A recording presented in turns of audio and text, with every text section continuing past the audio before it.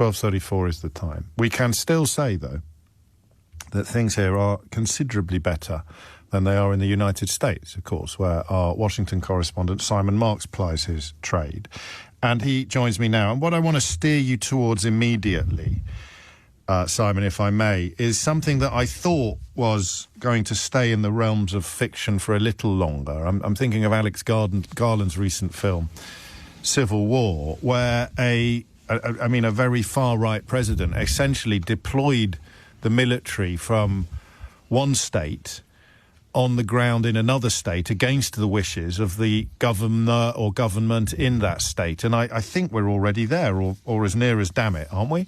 We are absolutely there, James, not just deploying the National Guard from other states, but federalizing the National Guard in, for example, Illinois and Oregon, and taking them over and deploying those states' National Guard on their own streets, reporting to him, the President of the United States, not to the respective governors of those states. I think that over the last few days, the situation has taken a really very, very dangerous turn.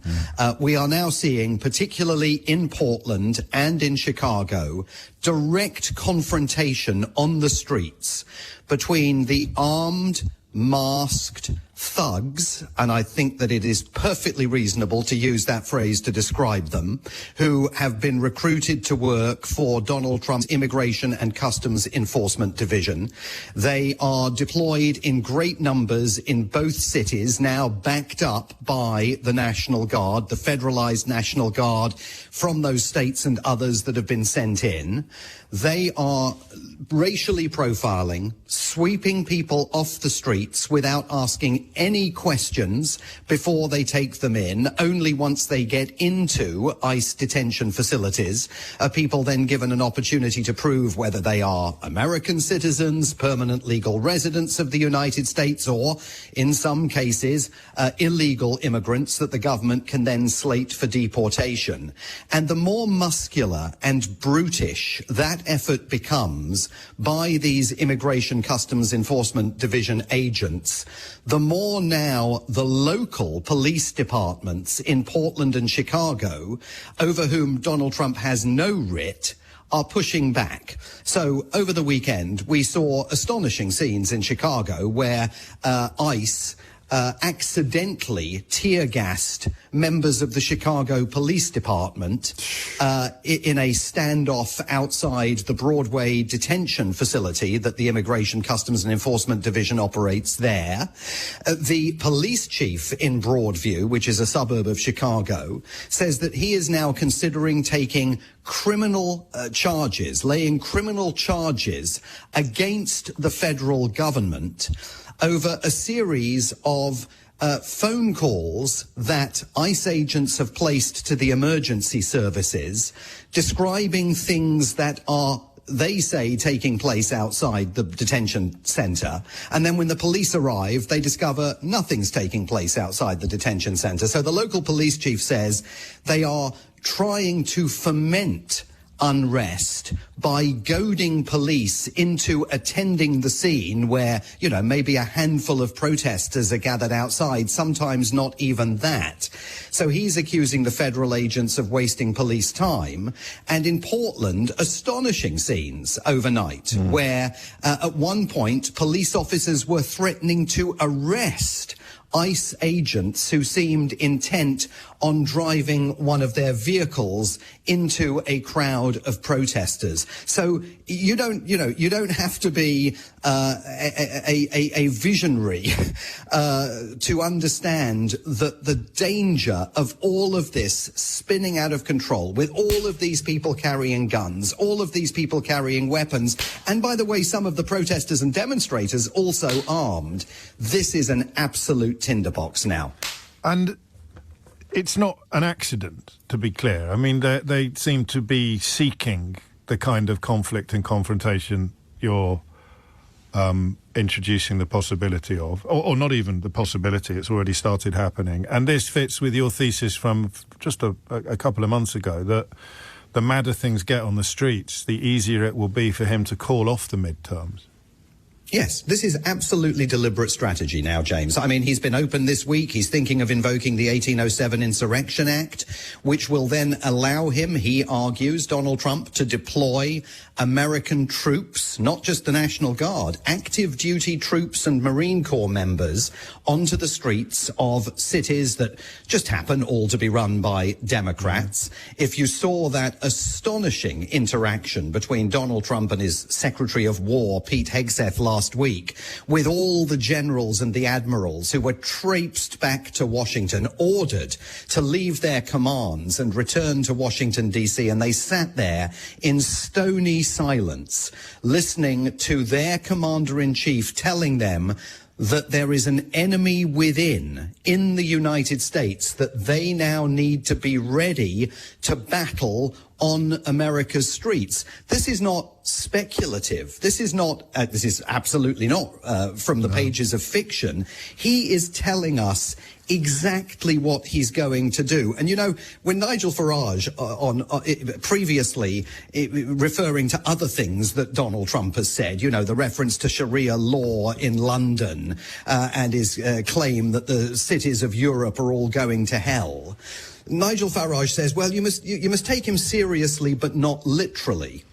It's a huge mistake. You should take him literally, because he tells you exactly what he's going to do. And then, as you and I have charted over the last several weeks, we see it all playing out right in front of our eyes.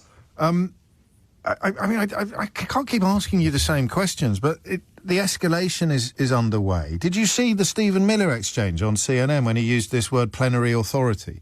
Yes, yes. I mean, how significant do you think that is? I wouldn't ask, actually, because I thought that it was just a bit of blue sky mischief, but it is being picked up by serious people as evidence of what might be coming next.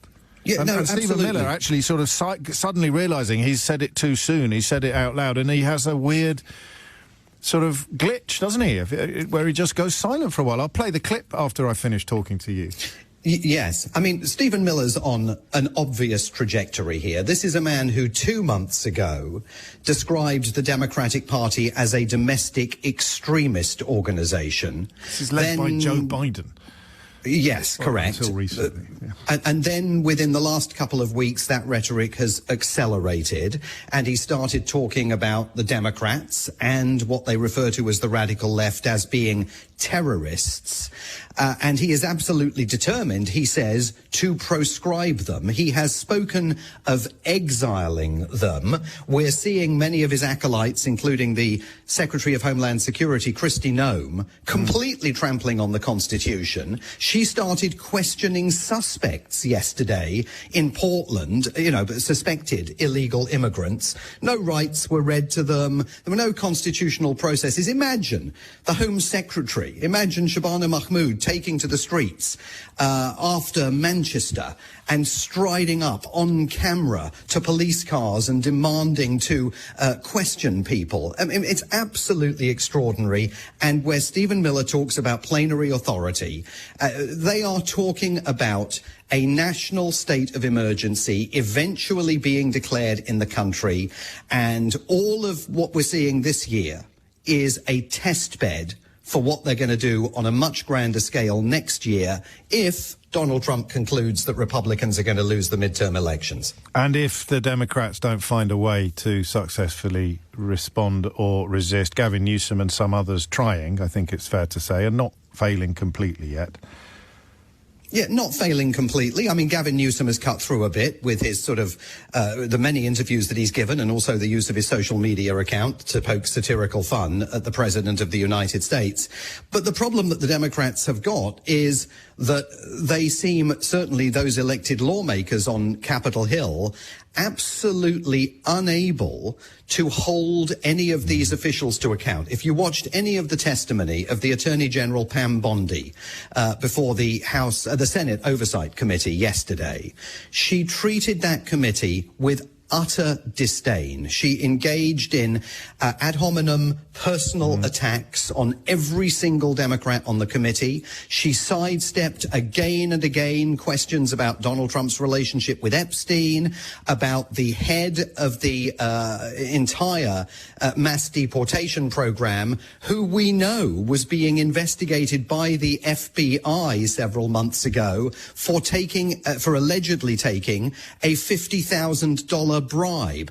Every time she was asked questions about it, she fiddled with her makeup. At one point, I think she takes some chewing gum out of her mouth and wraps it into a paper tissue and treats the oversight committee with total disdain. So if you watch that stuff, what you're seeing, again, is the collapse of the checks and balances, the collapse of the governing system. It's not fit for purpose, and Democrats are finding it absolutely impossible to use the rules of the road, even to hold these people to basic account for what they're doing.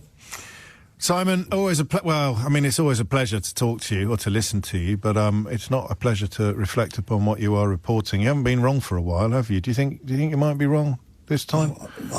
There's always every possibility, James, that I could be wrong again. I've been wrong before, but it does all keep moving in a very, very unsavoury and dangerous direction. It does, and I am conscious of not doing enough, perhaps, to reflect and report it, albeit that it's not happening here, it's happening over there. Have a listen to this. This is the Deputy Chief of Staff, widely seen as the sort of by far the most extreme member of the Trump administration, saying during an interview that Donald Trump had plenary authority, which would essentially mean that he has freedom to do whatever he wants, most obviously with the National Guard, something that can only be bestowed or achieved or triggered if this country is in a state of national emergency. So just join the dots.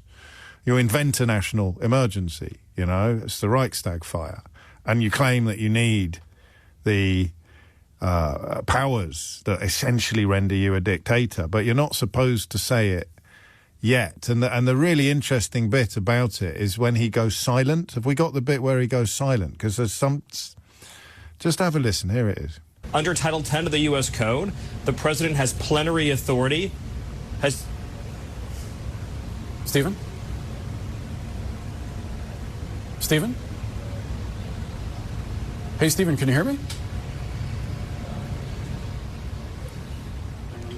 It seemed, Stephen, I apologize. It seems like we're having a technical issue. We'll try to fix that and get back to you after a quick break. Stay with CNN. It could be. I mean, some suggestion that it wasn't a technical glitch at all. In fact, quite a lot of suggestions. It may even have been concluded that he just cut himself off mid-sentence, leaving his statement incomplete. You can tell because his lips weren't moving. But he was. Oh, boy. The time now is 12:47.